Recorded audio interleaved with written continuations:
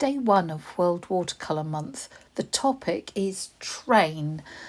And I got to thinking about trains, and then I got to thinking about tracks, and I got to thinking about how our lives can follow different paths and different tracks just on one decision, and things can turn on a sixpence.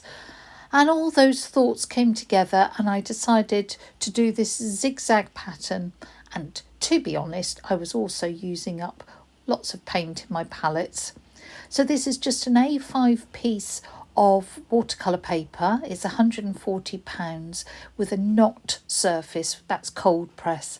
And I'm using up my colours. This is Quin Gold, and I just sprinkled a little salt in there because as I started thinking about life, I thought about things that disrupt us, things that add a little spice to our life, so I sprinkled in some salt.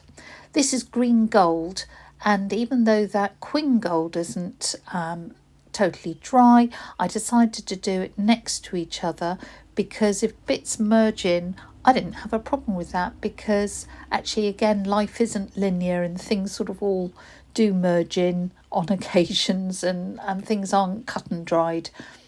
So here, this is sap green, and I'm just carefully using a size 7 brush with a good point to try and get really sharp lines.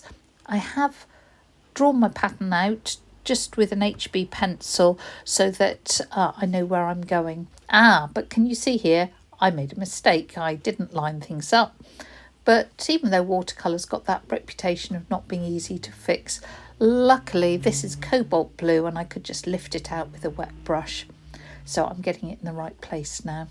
But that's a metaphor for life, isn't it? Because things do go wrong. Oh, yes, they do. So putting that in, I'm struggling a little bit with the downward stroke, and usually I've just turned my work round. But obviously, because I'm filming, I wanted to keep it in the same place.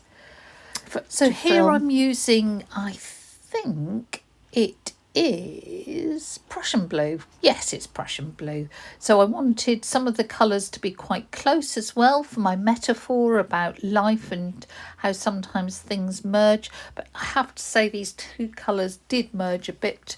So once it's all dry, I'll have to go back and sharpen up some of the lines. Again, I decided to sprinkle some salt in here because I thought it would be quite fun to have different textures in different parts. And I know that Prussian blue reacts really well with salt. So now I'm going on to a cobalt green, which is a really nice colour but quite opaque.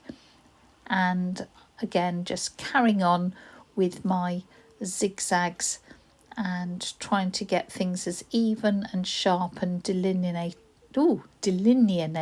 as possible. This is a really nice exercise to do actually. If you don't know what else to do, you just want to do some painting, you want to meditate a little, then doing this sort of exercise or painting can be great fun. Now I'm using some Perylene Green, which is a gorgeous, rich, dark green. I really love this colour, and getting that into this area. And I was going to add some more salt, and then I thought, oh no, that's all getting a bit predictable. So when it's dried a little, I'm going to just put little drops of clean water into it to try and create little blooms and cauliflowers as we go along. I'm being really careful about sort of edges and taking some care with it. Now here, this is the cobalt green again, but I've just lightened it by adding more water so that I've got a bit of tonal variation going on, which I thought would be quite nice. Right down the bottom, I'm using a bit of transparent grey so that I can put that in, and deliberately I did that while the cobalt green was still quite wet because I wanted quite a lot of sort of fuzzing up into it. As I say, different bits of our lives do tend to end up merging in. I repeated a bit of that grey up the top with a far crisper edge because that was a lot drier. And I could have done probably with a larger brush at this point, but seeing I've done it with this brush so far and it has got such a nice point, I just carried on. I'm enjoying all the different paints and how they all have a slightly different feel to them, and the different textures as well that you can produce in these stripes. As I say, the process of painting is a little bit awkward because I'm sort of going back on myself. If you're doing something like this, just move your work around so that it's really comfortable and you'll get a far straighter line.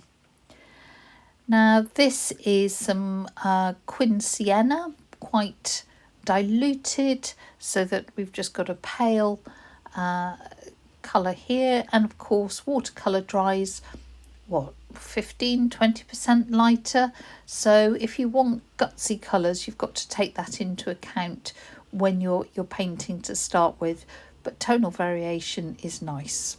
I've only got one stripe to go, and I thought a little bit of repetition might be quite good, so I'm using some of that cobalt green that I used down the bottom. Just use it at the top to help your eye sort of travel round the picture. Once I've got this finished, I'm going to just dry these layers and double check on what needs tidying up or what needs deepening in colour and things like that, because I'm looking at it as I do this and I'm not happy with the variation between those blues right in the middle, and where the two yellows are together it all looks a bit wonky, and that was annoying me at this point. But I dry it and take a little bit of time to look and decide to strengthen that cobalt blue and just crisp things up. I know I said about life merging and bits sort of falling into each other, but that was too much. So I'm putting a second layer of cobalt blue and making it quite opaque, and I'm enjoying the transparency of some of the other colours against the opaqueness of that cobalt blue. The next thing I decide to sort out is the Perylene green.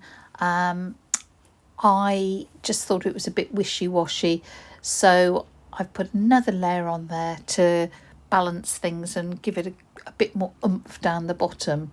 And actually this is the point when I decided that adding the water drops might add an extra sort of interest. I'm using a damp flat brush just to clean up the edges between those two yellows. In fact, I could have used that flat brush for the whole of this project if I'd wanted to, and it might have made those edges easier. Well, horses for courses, you can use whatever brush you like.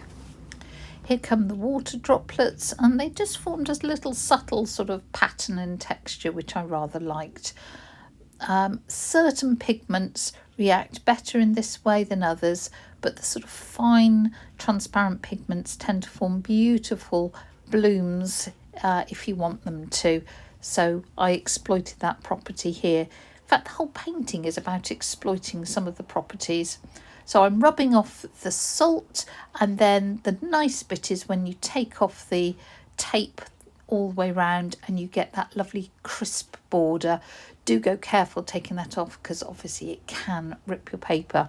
Heat it with a hairdryer if you're concerned about it sticking.